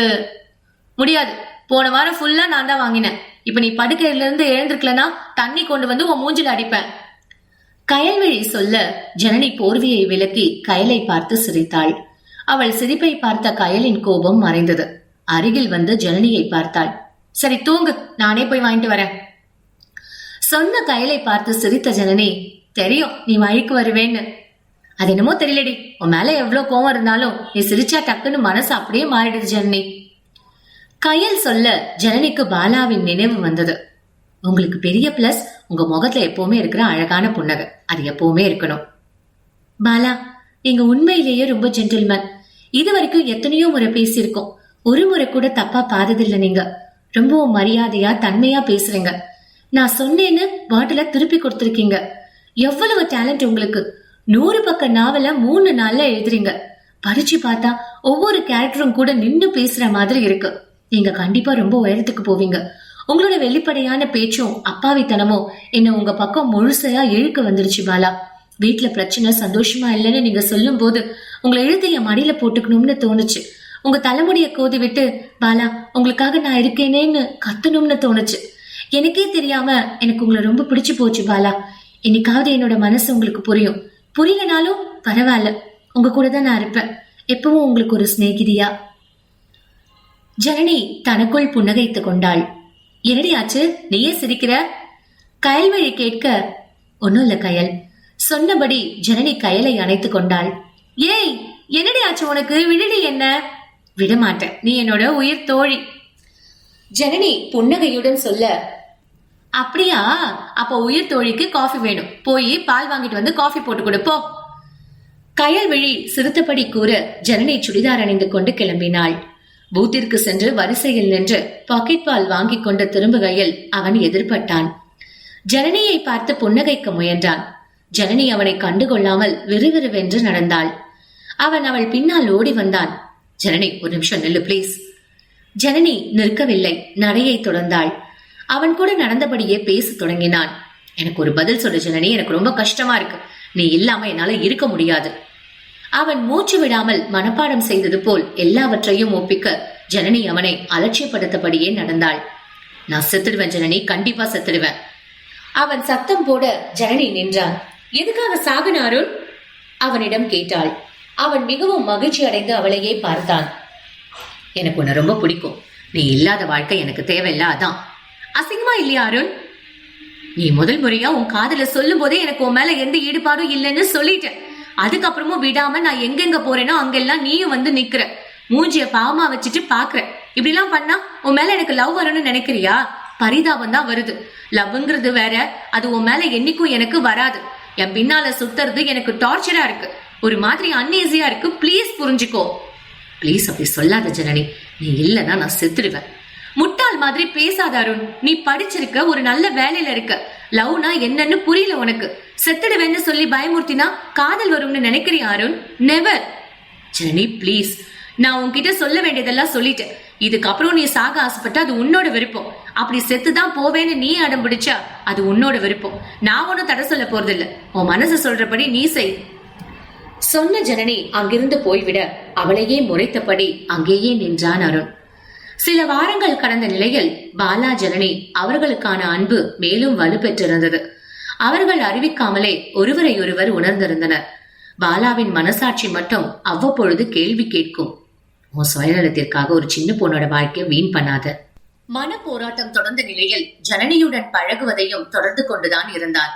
இந்த காலகட்டத்தில் மேலும் பல பத்திரிகைகள் பாலாவின் நாவலை வெளியிட்டிருந்ததால் எங்கு சென்றாலும் எழுத்தாளர் பாலமுருகன் என்று கண்டுகொள்ளப்பட்டான். கொஞ்சம் மகிழ்வாக இருந்தாலும் நிறையவே வெட்கமாக உணர்ந்தான். அப்படி என்னதான் எழுதிட்டோம் என்று இவ்வளவு வரவேற்பு கிடைக்கிறது என்று தனியாக இருக்கும் தருணங்களில் அவன் அடிக்கடி யோசிக்கும் கேள்விகளில் இதுவும் ஒன்று. கதைகளுக்கு பணம் தேடி வந்ததால் கமலம் அடிக்கடி உதாசீனப்படுத்துவதும் இப்பொழுது குறைந்திருந்தது. கணேஷ் மட்டும் எப்பொழுதும் போல் பாலாவுடன் நெருங்கிய நட்பு கொண்டிருந்தான். அன்று கணேஷ் யதார்த்தமாக தொலைக்காட்சி பார்த்து கொண்டிருக்க சிறந்த எழுத்தாளருக்கான சாகித்ய அகாடமி விருது திரு பாலமுருகன் நூல் அடித்தட்டு மக்களின் வாழ்வாதாரங்களில் அரசியல் கொள்கைகளின் விளைவுகள் என்று அறிவிக்கப்பட்ட கணேஷ் துள்ளி குதிக்காத குறைதான். உடனே தன் பைக்கை எடுத்தான். எங்கடா வந்தது வராதமா, எங்க கிளம்புற? அம்மா குரல் கொடுத்ததை அலட்சியப்படுத்தி பாலமுருகன் வீட்டிற்கு விரைந்தான். அரை மணி நேரத்தில் பாலாவின் வீட்டை அடைந்தான். போய் அழைப்பு மணியை அடிக்க கமலம் கதவை திறந்தாள். யார் வேணும்? பாலா. என்ன வாசகரா? ஒரு நேர காலமே இல்லையா? டைம் பாருங்க சார். கமலத்தின் முகத்தில் எள்ளும் கொள்ளும் வெடிக்க, இல்ல நான் பாலா கூட ஒர்க் பண்ற அவரோட கொலீக். இருக்கட்டுமே, அதுக்காக நேரம் காலம் பார்க்காம வருவீங்களா? கமலம் கேட்க கணேஷ் ஒன்றும் சொல்லவில்லை. இல்ல ஒரு நல்ல விஷயம் சொல்ல வந்த. எந்த நல்ல விஷயமா இருந்தாலும் நாளைக்கு சொன்னா போதும், கிளம்புங்க. கமலம் சொல்லும் போதே பாலா எழுந்து வந்தான். கணேஷை பார்த்தவன் மலர்ந்தான். வா கணேஷ், பிளசன்ட் சர்ப்ரைஸ். உட்காரு, என்ன சாப்பிடுற? என்னோட விசிட் சர்ப்ரைஸ் கிடையாது, நான் சொல்ல போற விஷயம் தான் உனக்கு சர்ப்ரைஸ். கணேஷ் புன்னகைக்க பாலா குழப்பத்துடன் பார்த்தான். அப்படி என்னடா விஷயம் சொல்ல போற? முதல்ல கை கொடு பாலா. பாலாவின் கைகளை பற்றி குலுக்கினான் கணேஷ். பாலா, உனக்கு சாகித்ய அகாடமி அவார்ட் கிடைச்சிருக்கு. கணேஷ் சொல்ல பாலாவின் காதுகளில் சரியாக விழவில்லை. என்ன சொன்ன? சாகித்ய அகாடமி அவார்ட் பாலா. எனக்கா? நிஜமாதான் சொல்றியா? ஆமா பாலா, அதான் உடனே கிளம்பி வந்துட்டேன். அதுவரை சும்மா இருந்த கமலம், காஃபி எடுத்துங்களா என்று கேட்டாள். பாலாவும் கணேஷும் ஒன்றாய் புன்னகைத்தனர். பாலமுருகன், உங்களால எங்க ஸ்கூலுக்கு ரொம்ப பெருமை. இனிமே நீங்க அங்க இங்கன்னு அலைய வேண்டியது இருக்கும். இலக்கிய கருத்தரங்க பாராட்டு விழா அப்படி. பள்ளியின் முதல்வர் புன்னகையுடன் பாலாவின் கைகளை பற்றி குலுக்கினார். லீவ் ஃபார்மாலிட்டிஸ் பற்றி ரொம்ப யோசிக்காதீங்க, சும்மா எழுதி வச்சுட்டு போனா போதும். ரொம்ப நன்றி சார், இது நீங்க எப்படி எடுத்துக்குவீங்கன்னு ரொம்ப குழம்பி போயிருந்தேன். ஒரு குழப்பமும் வேண்டாம். உங்களுக்கான சம்பளம் எந்த விதத்திலயும் குறைக்க கூடாதுன்னு கரஸ்பாண்டன்ட் ஸ்ட்ரிக்ட் ஆர்டர் போட்டிருக்காரு. ரொம்ப நன்றி சார். நன்றி எல்லாம் வேணாம் பாலமுருகன். எழுதுங்க, உங்களால என்னென்ன முடியுமோ எல்லாமே எழுதுங்க. நம்ம ஸ்கூலுக்கு பெருமை கிடைக்கட்டும். உங்க ஆசீர்வாதம் சார். Coffee shop. என்னப்பா ரொம்ப பெரிய ஸ்டார் ஆயிட்டீங்க. உங்க பக்கத்துல யாராவது இருக்காங்களான்னு பார்த்து பார்த்து வர வேண்டியதா இருக்கு. ஜனனி சொல்ல, ஐயோ ஜனனி நீங்க வேற, இப்பயும் உங்களுக்குள்ள கூச்ச சுபாவம் இருக்கிற அந்த பாலா தான் எட்டி பார்த்துட்டு இருக்கான். திடீர்னு வாழ்க்கை இப்படி மாறும்னு நான் எதிர்பார்க்கவே இல்லை. அதுதான் லைஃப். ஜனனி புன்னகைத்தாள். அவளின் குழந்தை முகத்தில் அந்த புன்னகையை பார்த்த பாலா கரைந்தான். பாலா, என்னாச்சுப்பா? ஒன்னும் இல்ல ஜனனி. நிஜமா ஒன்னும் இல்லையா? நிறைய இருக்கு. பயமா இருக்கு. எதுக்குப்பா பயம்? தெரியல. என்கிட்டயா? இல்ல. சமூகமா? இல்ல. உங்க மனைவியா? இல்ல. அப்படி என்ன பயம்? நான் என்னவால சொல்றீங்க? என்கிட்டதான் எனக்கு பயம். புரியலப்பா. வாழ்க்கை விரட்டியா போயிட்டு இருந்த ஒரு நாள்ல ஒரு முகத்தை பார்த்தேன். என்னன்னு தெரியல, அந்த குழந்தை முகம், அந்த புன்னகை எப்ப பார்த்தேனோ எனக்குள்ள ஏதோ ஒரு சந்தோஷம். அந்த முகம் என்னோட பழக ஆரம்பிக்க என்னால் என்னோட விரக்தி, தோல்விகள் எல்லாத்துலயும் இருந்து என்னால தள்ளி இருக்க முடிஞ்சது. என்னோட மனசு என்கிட்ட அடிக்கடி சொல்லும். சின்ன வயசுல நிறைய சொல்லியிருக்காங்க, நாம வேண்டிக்கிட்டா நமக்கு வரம் கொடுக்க தேவதை வருவாங்கன்னு. அந்த மாதிரி எங்கிருந்தோ வந்த அந்த தேவதை எனக்குள்ள ஒளிஞ்சிட்டு இருந்த திறமைய ஊர் முழுக்க வெளிச்சம் போட்டு காட்ட வச்சிருச்சு. இந்த உடம்புல உயிர் இருக்கிற வரைக்கும் அந்த குழந்தை முகத்துல இருக்கிற புன்னகை என்னைக்குமே மாறக்கூடாது. அதுக்கு தப்பி தவறி நான் காரணமாக கூடாதுன்ற பயம் என்கிட்ட இருக்கு. எஸ் ஜனனி, எனக்கு என் மேல பயம். வீட்டுல கிடைக்க வேண்டிய சந்தோஷம் கிடைக்காம இருக்க. எனக்குள்ள இருக்கிற சாத்தா உன்னை எதுவும் பண்ணிடக்கூடாதுன்னு ஒவ்வொரு நிமிஷம் பயப்படுறேன் ஜனனி. பாலா பேசி முடிக்க அங்கே ஒரு அமைதி நிலவியது. ஜனனி பாலாவின் கண்களை உற்று பார்த்தாள். உன்னை மிகப்பெரிய அறிவாளின்னு நினைச்சிருந்தேன் பாலா. இன்னும் ஏமானம் புரியலையா உனக்கு? எப்போதும் நான் உன் வசம் ஆகிட்டேன். நான் உனக்கு சிநேகிதி, எதையும் மறுக்காம கொடுக்கும் சிநேகிதி. தனக்குள் எண்ணிக்கொண்ட ஜனனி பாலாவின் கைகளை பிடித்தாள். பாலா, உங்ககிட்ட வெளிப்படையா ஒன்னு சொல்ல போறேன். நீங்க என்னை பத்தி உங்க மனசுல வச்சிருக்கிற பிம்பம், அதனால உடைஞ்சாலும் பரவாயில்ல.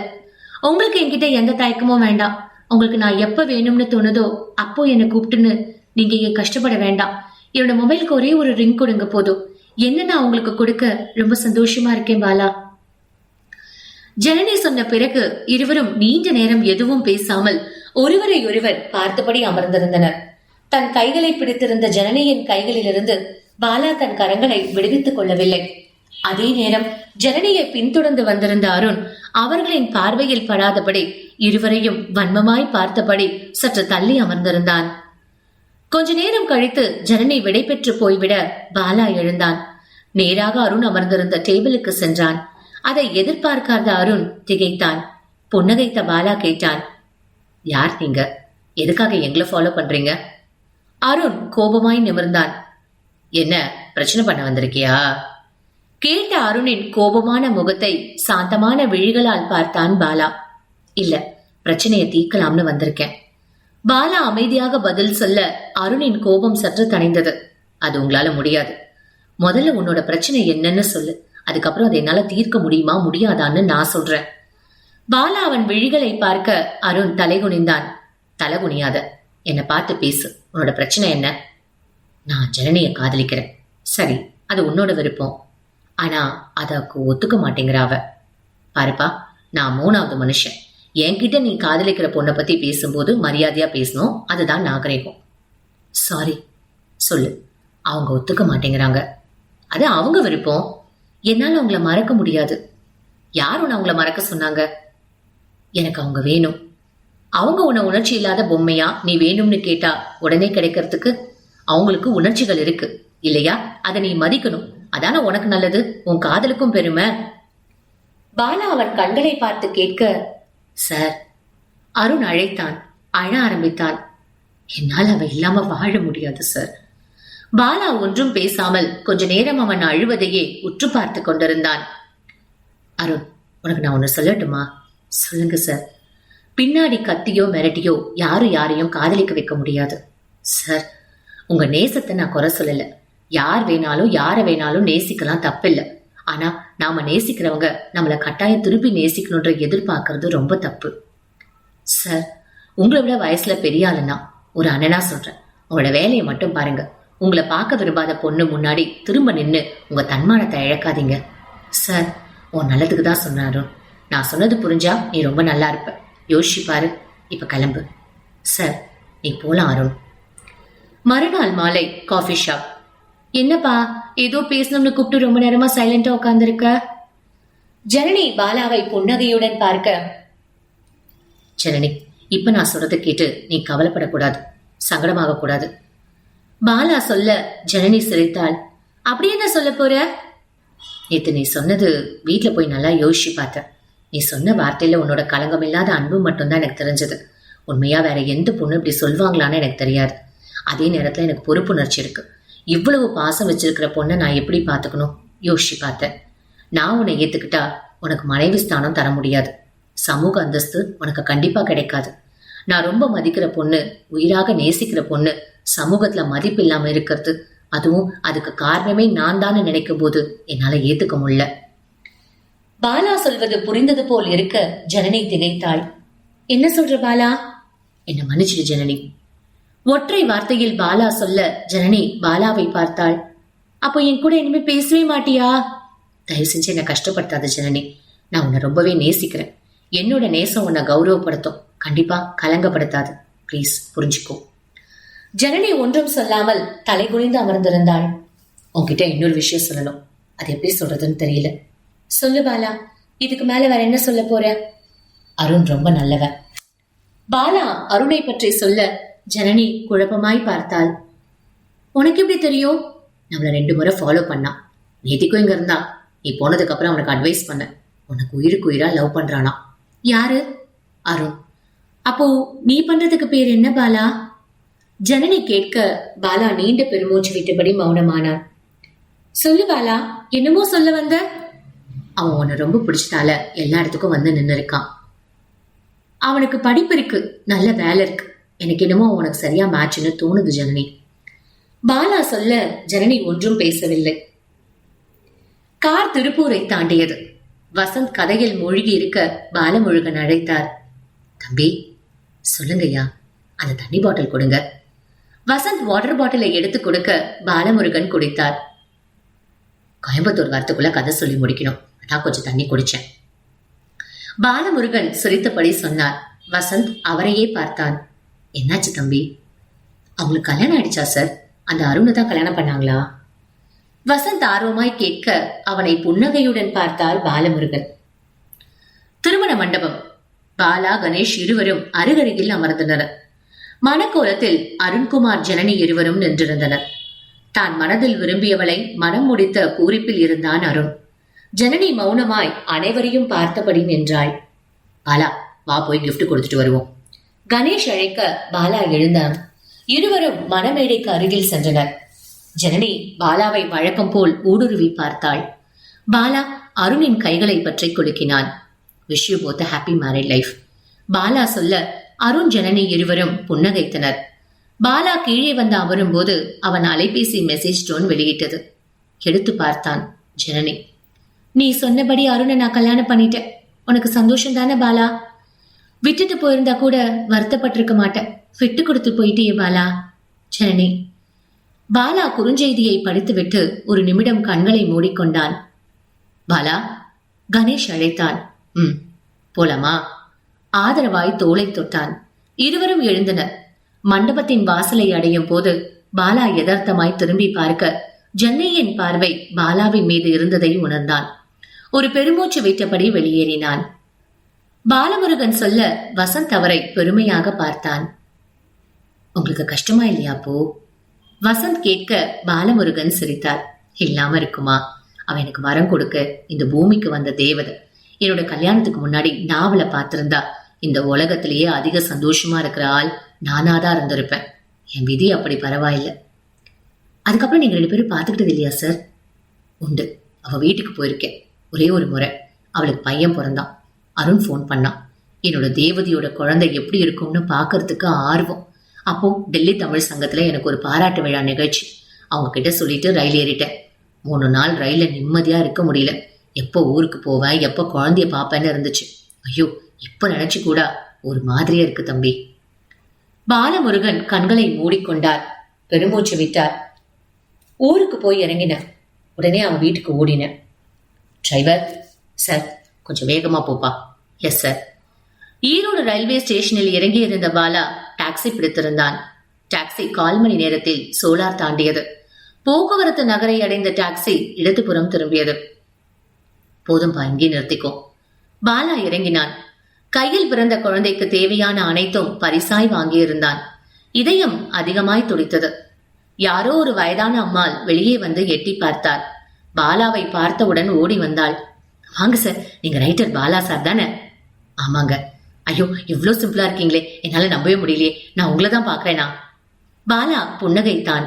அந்த அம்மாள் உள்ளே ஓடினாள். ஜனனி, ஜனனி, யார் வந்திருக்காங்க பாரு. கொஞ்ச நேரத்தில் ஜனனி வெளியே வந்தாள். கொஞ்சம் இளைத்திருந்தாள். அந்த குழந்தை முகத்தில் வழக்கமாக இருக்கும் சிரிப்பு இல்லாமல் இருந்தது. பாலா உள்ளுக்குள் பதறினான். வாங்க, உட்காருங்க. ஜனனி சொல்ல ஒன்றும் பேசாமல் உள்ளே சென்று அமர்ந்தான். ஜனனி குழந்தையை கொண்டு வந்து கையில் கொடுத்தாள். பாலா வாங்கி கொண்டான். குட்டியாய் ஜனனியை குழந்தையாய் பார்ப்பது போல் உணர்ந்தான். நெஞ்சம் எல்லாம் பரவசம் தாக்கியது. பேர் என்ன வச்சிருக்கீங்க? பாலா கேட்க ஜனனி சொன்னாள், பாலா. தன்னைத்தான் அழைக்கிறாளோ என்று சட்டென்று நிமிர்ந்து அவள் முகத்தை பார்த்தாள். புரிந்து கொண்டு ஜனனி சொன்னாள், குழந்தை பேரு பாலா. சட்டென்று பாலாவின் கண்களில் கண்ணீர் வளைந்தது. ஜனனியை கும்பிட வேண்டும் போல் தோன்றியது. மௌனமாய் தன் கைக்குட்டை எடுத்து கண்ணீரை துடைத்துக் கொண்டான். அதை எதிர்பார்க்காத ஜனனி பதறினாள். அருகில் வந்து மெதுவாக அவன் காதில் கேட்கும்படி சொன்னாள், ரொம்ப நாள் கழிச்சு உன்னை பாக்குறேன் பாலா. திரும்ப அழுதுடாத, என்னால தாங்க முடியாது. என்ன சாப்பிடுற? எது வேணாலும். கை கழுவு, டிஃபன் எடுத்து வைக்கிறேன். இட்லி, சட்னி, கேசனை ஒன்றும் தட்டில் கொண்டு வந்து பாலாவின் முன் வைத்தாள் ஜனனி. பாலா சாப்பிட்டுக் கொண்டிருக்கும் போது உள்ளே வந்தான் அருண். வாங்க சார், எப்ப வந்தீங்க? 1/2 மணி நேரம் ஆச்சு. சாப்பிடுங்க சார். நீங்க சாப்பிட்டீங்களா? நீங்க சாப்பிடுங்க சார், நான் அப்புறம் சாப்பிடுறேன். பாலா சாப்பிட்டு முடித்து சோஃபாவில் வந்து அமர்ந்தான். ஜனனி, அருண் அழைத்தான். குழந்தையை கொண்டு வந்து சார் கிட்ட காட்டுமா. ஜனனி மீண்டும் குழந்தையை கொண்டு வந்து காண்பித்தாள். பாலா வாங்கி கொண்டான். சார், உங்க பேர் தான் வச்சிருக்கோம். அருண் சொல்ல பாலா புன்னகைத்தான். தேங்க்ஸ் குமார். ஜனனி வேற எதுவும் பேர் வைக்க கூடாதுன்னு சொல்லிட்டா. பாலா ஒன்றும் சொல்லாமல் புன்னகைத்தான். கொஞ்ச நேரம் பேசிக் கொண்டிருந்து கேட்டான், குமார், அப்ப நான் கிளம்பட்டுமா? இருங்க சார், மத்தியானம் சாப்பிட்டுட்டு போலாம். இல்ல குமார், டெல்லியில இருந்து நேரா இங்கதான் வந்தேன். இனிமேதான் வீட்டுக்கு போகணும். சரிங்க சார். சொன்ன அருண் ஜனனியை அழைத்தான். ஜனனி, சார் கிளம்புறாரு. ஜனனி வெளியே வந்தாள். அப்ப போயிட்டு வரவா? பாலா கேட்டான். ஜனனி தலையசைத்தாள். பார்வை மட்டும் வழக்கம் போல பாலாவை ஊடுருவி பார்க்க பாலா திரும்பினான், வெளியேறினான். வீட்டிற்கு செல்லும் போது கணேஷை பார்த்துவிட்டு வந்தால் என்ன என்று தோன்றியது பாலாவிற்கு. டிரைவர், பெரியார் நகர் போங்க. Yes sir. Car Lotus hospital தாண்டியது. பாலாவின் மனதிற்குள் கவலையான உணர்வுகள். கணேஷை பார்த்தால் கொஞ்சம் ஆறுதல் கிடைக்கும் என்று தோன்றியது. பெரியார் நகர் வளைவில் நுழைந்த கார் பூங்காவின் முன் போய் நின்றது. பாலா இறங்கிக் கொண்டான். அழைப்பு மணியை அழுத்தினான். கணேஷ் வந்து கதவை திறந்தான். மகிழ்ந்தான். பாலா, வா வா, எதிர்பார்க்கவே இல்லை, உட்காரு. வீடு அலங்கோலமாய் இருப்பதை பார்த்த பாலா கேட்டான், உன் வீட்டுல எல்லாரும் எங்க போயிருக்காங்க? எப்படி பாலா கரெக்டா கண்டுபிடிச்ச? வீட்டை பார்த்தாலே தெரியுதே. பாலா புன்னகையுடன் கூற கணேஷ் சிரித்தான். பையனுக்கு ஸ்கூல் லீவ் விட்டாங்க, அதான் வீட்டுக்காரம்மாவும் பையனும் அவங்க அம்மா வீட்டுக்கு போயிருக்காங்க. சரி, நானும் கொஞ்சம் ரிலாக்ஸ் பண்ணலாம்னு சொன்னபடி கணேஷ் பாட்டிலை காண்பித்தான். நீ வேற வந்துட்ட, ஜமாய்ச்சிடலாம். என்ன சமைக்கட்டும் சொல்லு, சிக்கனா மட்டனா? எது வேணாலும் சரி, நீ செஞ்சு சாப்பிட்டு நான் வீட்டுக்கு போறேன். கமலம் தனியா இருப்பான், உன்னை பார்க்கணும் போல தோணுச்சாதான் பார்க்க வந்தேன். ஜனனி வீட்டுக்கு போயிருந்தியா? புரிந்து கொண்ட கணேஷ் பாலாவின் தோலை ஆதரவாய் தொட்டான். காஃபி சாப்பிட்றியா பாலா? சரி. கணேஷ் கிச்சனுக்கு சென்று காஃபி கலந்து கொண்டு வந்தான். பாலா, நிஜமாவே உன்னை நினைச்சு நான் ரொம்ப பெருமைப்பட்டிருக்கேன் பல நாள். வீட்டுல புரிஞ்சுக்காத மனைவி, ஆனாலும் வெளியே எந்த தப்பும் பண்ணாம இருக்க. தானா ஒரு பொண்ணு தேடி வந்தும் கூட அவளுக்கு எது நல்லதுன்னு பாக்குற. You are really great Bala. நான் பொண்ணா இருந்திருந்தா உன்னதான் லவ் பண்ணியிருப்பேன். கணேஷ் சொல்ல பாலா விழுந்து விழுந்து சிரித்தான். ஏண்டா இப்படி ஒரு ஆசை? அன்னைக்கு நான் சிரிச்சது தானே தம்பி வாழ்க்கையில நான் கடைசியா சிரிச்சது. வசந்த் ஒன்றும் சொல்லாமல் மௌனமாய் கேட்டுக்கொண்டிருந்தான். திரும்ப நீங்க அவங்கள பார்க்கவே இல்லையாயா? பார்த்தேன், ஆனா அது அவ உணரக்கூடிய நிலையிலேயே இல்லை. ஐயா? ஆமா தம்பி, அதுக்கப்புறம் ஒரு 6 மாசம் போயிருக்கோம். அருண் எனக்கு ஃபோன் பண்ணான். என்னோட வாழ்க்கையில் அந்த ஃபோன் கால் வந்திருக்க கூடாதுன்னு எத்தனையோ முறை நினைச்சு ஏங்கி இருக்கேன். பாலா பால்கனியை பார்த்தபடி நின்று கொண்டிருக்க ஃபோன் அடித்தது. ஹலோ, யார்? பாலா சாரா? ஆமாங்க, நாங்க வெகடனில இருந்து பேசுறோம். சொல்லுங்க. தீபாவளி மலருக்கு ஒரு பேட்டி கொடுக்க முடியுமா? கண்டிப்பா மண்ணா. ரொம்ப நன்றி சார். அப்ப எப்போ உங்களுக்கு வசதிப்படும்? ஏதாவது ஒரு ஞாயிற்றுக்கிழமை வாங்கல. சரிங்க சார். போனை வைத்து விட்டான். மீண்டும் போன் அடித்தது. எடுத்தான். சார், நான் அருண்குமார் பேசுறேன். சொல்லுங்க குமார். ஜனனி செத்துட்டா சார். ஒரு நிமிடம் பாலாவிற்கு உலகம் சுழன்றது. என்ன சொல்றீங்க குமார்? ஜனனி செத்துட்டா சார். உங்களுக்கு தகவல் சொல்ல போன் பண்ண. ஜனனி ஹாலில் கிடத்தப்பட்டிருந்தால் மாலைகள் அணிவிக்கப்பட்டிருந்தன. பாலா ஜனனியின் முகத்தையே பார்த்தான். அதே குழந்தை முகம். ஆனால் அந்த புன்னகை மட்டும் இல்லை. ஜனனி நிம்மதியாக உறங்குவதைப் போல் தோன்றியது பாலாவிற்கு. மாலையை போட்டான். தடுமாறி விழப்போனவனை கணேஷ் பிடித்துக் கொண்டான். அருகில் யாரோ ஒரு பெண் ஜனனியின் குழந்தையை தூக்கி வைத்துக் கொண்டிருந்தாள். பாலா, பாய்படி. கணேஷ் அழைக்க பாலா அவன் பின் சென்றான். எப்படி கணேஷ், என்னாச்சு ஜனனிக்கு? பாலா கண்ணீரை துடைத்துக் கொண்டு கேட்க கணேஷ் அவன் காதில் சொன்னான். தற்கொலை பாலா. கடவுளே, கடவுளே, ஜனனிக்கு என்னாச்சு? ஏன் இப்படி? நேற்று சாயங்காலம் அருணுக்கும் ஜனனிக்கும் ஏதோ சண்டை நடந்திருக்கு. கணேஷ் சொன்னதை காதில் வாங்கிய பாலா அருண் எங்கே என்று தேடினான். ஓரமாய் அருண் அழுதபடி நின்றிருக்க அவன் அருகில் சென்றான் பாலா. என் கூட வா. பாலா இலக்கில்லாமல் நடக்க அருண் பின்தொடர்ந்தான். அருகில் யாரும் இல்லை என்று உறுதி செய்த பாலா அருணிடம் கேட்டான். என்னாச்சு குமார்? அருண் அழுதான். சார், என்ன மன்னிச்சிடுங்க சார். நான் தான் ஜனனியை கொன்னுட்டேன். என்ன சொல்ற குமார்? நேற்று சாயங்காலம் ஒரு ட்ரிங்க்ஸ் பார்ட்டி கூட கொஞ்சம் ஜாஸ்தியா குடிச்சிட்டேன். வீட்டுக்கு வந்தா ஜனனி ரொம்ப கேவலமா திட்டினா. எனக்கு ரொம்ப ஆத்திரமாச்சு. நீ மட்டும் என்ன ஒழுங்காடி பாலா கூட சேர்ந்து சுத்தினவதானேன்னு. இந்த குழந்தை எனக்கு தான் பிறந்துச்சான்னு கேட்டுட்டேன் சார். அழுதபடியே அருண் சொல்லி முடிக்க பாலா அதிர்ந்தான். குமார், என்ன இப்படி பண்ணிருக்க? தங்க மாதிரி ஒரு பொண்ணு, அதுவும் நீ நேசிச்ச ஒரு பொண்ணை தொலைச்சிட்டு வந்து நிக்கிற. ஐயோ, இதுக்காகவா நான் உனக்கு ஜனனியை கல்யாணம் பண்ணி வச்சேன்? கடவுளே, கடவுளே. பாலா கண்ணீர் விட்டபடி கதறினான். சார், என்ன மன்னிச்சிடுங்க. குடி போதில் அப்படி பேசிட்டேன் சார், அப்படி பேசிட்டேன். அருண் பாலாவின் கால்களில் விழ, நான் உன்னை எதுக்கு மன்னிக்கணும்? அதனால என்ன குமார் பிரயோஜனம்? ஜனனி என்ன திரும்பவா வரப்போறா? பாலாவை கணேஷ் பிடித்து கொண்டான். குமார், உன் குழந்தை சத்தியமா உனக்கு தான் பிறந்திருக்கு. உனக்கு நம்பிக்கை இல்லைன்னா அது என்கிட்ட கொடுத்துட்டு நான் வளர்த்துக்கிறேன். நாளைக்கு குழந்தை ஏதாவது பேசி குழந்தையும் சாகடிச்சிடாத. ஐயோ சார், நான் என்ன பண்ணுவேன்? பாழா போன அந்த குடியால என் வாழ்க்கையே போச்சு சார். பாலா மீண்டும் ஜனனி கிடத்தப்பட்டிருந்த ஹாலிற்கு வந்தான். என்ன விட்டு கொடுத்துட்டிய பாலா? ஜனனி சொன்னது போல இருக்க பாலா கணேஷை அழைத்தான். எனக்கு ஒரு மாதிரியா இருக்கு, நாம கிளம்பலாமா? சரிவா போலாம். அவர்கள் கிளம்பி வெளியே வரும்போது உள்ளே ஒரு வயதான அம்மாள் சொல்லிக் கொண்டிருந்தது காதில் கேட்டது. சுமங்கலையா போய் சேர்ந்திருக்கிற சின்ன பொண்ணு நமக்கு சாமி மாதிரி, தோட்டத்துல அடக்கம் பண்ண ஏற்பாடு பண்ணுங்க. பாலா பின்னால் ஏறிக்கொள்ள கணேஷ் தன் பைக்கை எடுத்தான். நேராக தன் வீட்டிற்கு சென்றான். இப்படி பார்க்கல, இப்படி எதிர்பார்க்கல கணேஷ், நானு இப்படி எதிர்பார்க்கல. பாலா அழ கணேஷ் அவனை தன் தோளில் சாய்த்து கொண்டான். பாலா சேரில் அமர்ந்தான்.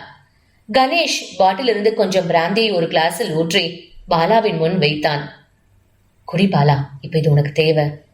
அதை பார்த்தவுடன் ஜனனி முன் ஒரு நாள் காஃபி ஷாப்பில் வைத்து குடிக்க கூடாது என்று சொன்னது நினைவுக்கு வந்தது. வேண்டாம் கணேஷ், ஜனனிக்கு பிடிக்காது எதுவும் நான் செய்ய மாட்டேன். நேரம் கடந்தது. சாப்பாடு வாங்கிட்டு வரேன், சாப்பிடு. கணேஷ் சொல்ல பாலா தலையசைத்தான். கணேஷ் பைக்கை எடுத்துக்கொண்டு போய் ஹோட்டல் சிவரஞ்சனையில் 2 சாப்பாடு வாங்கிக் கொண்டு பைக்கை நிறுத்திவிட்டு மேலே ஏறினான். கதவுள் உள்பக்கமாக தாழிடப்பட்டிருந்து திகைத்தான். பாலா, பாலா அழைத்தான். பதிலில்லை. பாலா இன்னும் சத்தமாக அழைக்க உள்ளே நிசப்தம். கணேஷுக்கு நடுக்கம் பரவியது. குரல் நடுக்கமாய் வெளியே பெற்றது. பாலா. ஜன்னல் வழியாக எட்டி பார்க்க பாலா சேரில் அமர்ந்தபடி பயங்கி இருந்தான். தன் இடது கையை மணிக்கட்டை வெட்டியிருந்ததில் ரத்தம் கீழே வழியிருந்தது. KMCH மருத்துவமனை. பாலாவிற்கு சிகிச்சை போய்க் கொண்டிருந்தது. கணேஷ் பதட்டமாக நின்றிருந்தான். டாக்டர் வெளியே வர, சார், அவன் பின்னால் ஓடினான். இனி பயப்பட ஒண்ணும் இல்ல, அவர் ரைட்டர் பாலா தானே, எதுக்கு சூசைட் அட்டம் பண்ணாரு? டாக்டர் கேட்க, அது சார். கணேஷ் தயங்கினான். இட்ஸ் ஓகே, நீங்க போய் பாருங்க சொன்ன டாக்டர் நகர்ந்து விட்டார். கணேஷ் உள்ளே சென்றான். பாலா சோர்வாய் இருந்தான். புன்னகைத்தான். ஏண்டா, சாகணும்னு சொன்னா என்கிட்ட சொல்லியிருக்கலாம்ல, விஷம் கொடுத்திருப்பேனே. கணேஷ் சொல்ல பாலா சிரித்தான். அப்புறம் எதுக்கு என்னை இங்க கூட்டிட்டு வந்த? இதுவரை என்னை காப்பாத்தி வேற வச்சிருக்க. பேசு, ட்ரீட்மெண்ட் முடியட்டும், அப்புறம் உன்னை கவனிச்சுக்கிறேன். சாரி கணேஷ், என்னால உனக்கு ரொம்ப தொல்லை. போடா லூசு, நான் என்ன உனக்கு சொந்தக்காரனா உன்னை தொல்லைன்னு நினைக்க? ஒரு நிமிஷம் என் உயிரை கலங்கி போச்சுடா. கணேஷ் சொல்ல பாலா கண்களை மூடியபடி கணேஷின் கைகளை பிடித்துக் கொண்டான். மருந்து வாங்க போறேன், பத்திரமா இரு சொல்லிவிட்டு கணேஷ் அறையை விட்டு வெளியேற, பாலா, ஜனனியின் குரல் கேட்டது. பாலா பதட்டமானான். ஜனனி, எங்கம்மா இருக்க நீ? என்ன பாலா இது? நீ இல்லாத உலகத்துல என்னால இருக்க முடியலம்மா. அதுக்காக? பாலா, நேரம் வரும்போது நானே வருவேன், உன்னை கொண்டு போயிடுவேன். நான் இந்த ஜென்மம் எடுத்ததே உன்னை நேசிக்கதான் பாலா, உன்னை மட்டும் நேசிக்கதான். நீ படைப்பாளி பாலா, எழுது, உன்னால முடிஞ்ச வரைக்கும் எழுது. உன்னோட ஒவ்வொரு எழுத்துலயும் நான் இருப்பேன். உன்னோட ஜனனி உன் கூடவே இருப்பா. பாலாவிற்கு மயக்கமாய் இருந்தது. வசந்த் கண்களை துடைத்து கேட்டான். அதுக்கப்புறம் ஈரோட்ல இருக்க எனக்கு பிடிக்கல, தமிழ்நாடு வேண்டான்னு டெல்லிக்கே மாறிட்டேன். எழுதிட்டே இருந்த, வெறி பிடிச்ச மாதிரி எழுதினேன். எக்கச்சக்கமா எழுதி குவிச்சேன். நிறைய விருதுகள், நிறைய பணம், எல்லாமே கிடைச்சது. ஆனா எல்லாமே எனக்கு சாதாரணமா போயிடுச்சு. என்னோட ஜனனி வந்து என்னை கூட்டிட்டு போற நாளுக்காக காத்துட்டு இருக்கேன். பாலமுருகன் சொல்லி முடித்தார். வசந்த் அவரை கும்பிட்டான். கார் மருதமலை சாலையில் திரும்பியது. கல்லூரி வளைவில் கார் நுழைந்தது. ரிசப்ஷன் போய் நிற்க பாலமுருகன் இறங்கினார். கல்லூரியின் தாளாளர் மலர் மாலை அணிவித்தார். முதல்வர் கும்பிட்டு வரவேற்றார். ஆடிட்டோரியம் மாணவ மாணவிகளால் நிரம்பி இருந்தது. எழுத்தாளர் ஐயா பாலமுருகன் அவர்களை பேச அழைக்கிறேன், தொகுப்பாளர் அறிவிக்க பலத்த கைத்தட்டல்களுடன் மைக்கை பிடித்தார் பாலமுருகன். அனைவருக்கும் வணக்கம். இங்கு உங்கள் முன் நான் நின்று கொண்டிருப்பது உங்களுக்கு அறிவுரை சொல்ல அல்ல, என் அனுபவங்களை பகிர்ந்து கொள்ள. 20 வருடங்களாய் நான் தமிழ்நாட்டிற்குள் வரவில்லை. ஆனால் இந்த நிகழ்ச்சிக்கு என்ன வர வேண்டும் என்று தோன்றியது. உங்களை எல்லாம் சந்தித்ததில் மிகவும் மகிழ்ச்சி அடைகிறேன். எல்லோருக்கும் நான் சொல்வது ஒன்றுதான், ஒவ்வொரு மனிதருக்குள்ளும் ஒரு தனித்திறமை நிச்சயம் இருக்கும். சிலர் அதை தாங்களே கண்டறிவர். சிலரை அவருக்கு நெருக்கமான சிலர், அவரை நேசிக்கும் சிலர் கண்டறிவர். அப்படி ஒரு நேசிக்கும் உள்ளம் ஒவ்வொருக்கும் கிடைப்பது அவர்கள் செய்த புண்ணியம். அதுபோல ஒரு நேசிக்கும் உள்ளம் எனக்கு கிடைத்ததால் தான் இன்று நான் உங்கள் முன் நின்று கொண்டிருக்கிறேன். கடைசியாக ஒன்று நம்மால் முடியாது என்று எப்பொழுதும் எண்ணாதீர்கள். எதற்காகவும் விரக்தி கொள்ளாதீர்கள். மனதை மகிழ்வோடு வைத்திருங்கள்.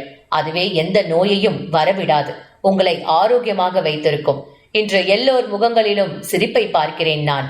வாழ்வின் அழுத்தங்களால் காலப்போக்கில் உங்கள் சிரிப்பு தொலையாமல் இதேபோல் எப்பொழுதும் சிரித்துக் கொண்டே இருக்குமாறு கேட்டுக்கொண்டு விடை பெறுகிறேன்.